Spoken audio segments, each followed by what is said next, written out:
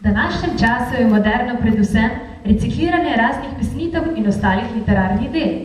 Recikliranja poezije so se v ožjem krogu lotili tudi v literarnih delavnicah, ki so sicer bile napovedane, pa zaradi premajhnega interesa niso potekale.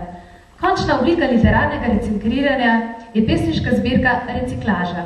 V njej sta odkrivala novo obliko starih mojstrov poezije samo dva ustvarjalca, Žan Žafran in Saša Majer. Pesniška zbirka je tudi oblikovno reciklirana, saj je natisnjena na odpadni papir, vsak izvod pa je tudi sam po sebi nekakšen unikat, ki ga boste imeli možnost dobiti po prireditvi. V literarnih delavnicah je poleg zbirke predelane poezije nastala tudi priredba skeča Vpliv medijev na človeka, katere avtorica originala je Nika Jurov. Bodoča novinarka Saša Rečnik je reciklirala skeč, ki stereotipno prikazuje, kako mediji vplivajo na čredni nagon družbe in kako jih posamezniki neuspešno zavrača. Skeč bo odigrala skupina Vis. Skupina Vis je po leti 2008 ustanovila Mojca Zupanc, njihov prvi uradni projekt pa je imel naslov Moč mladih.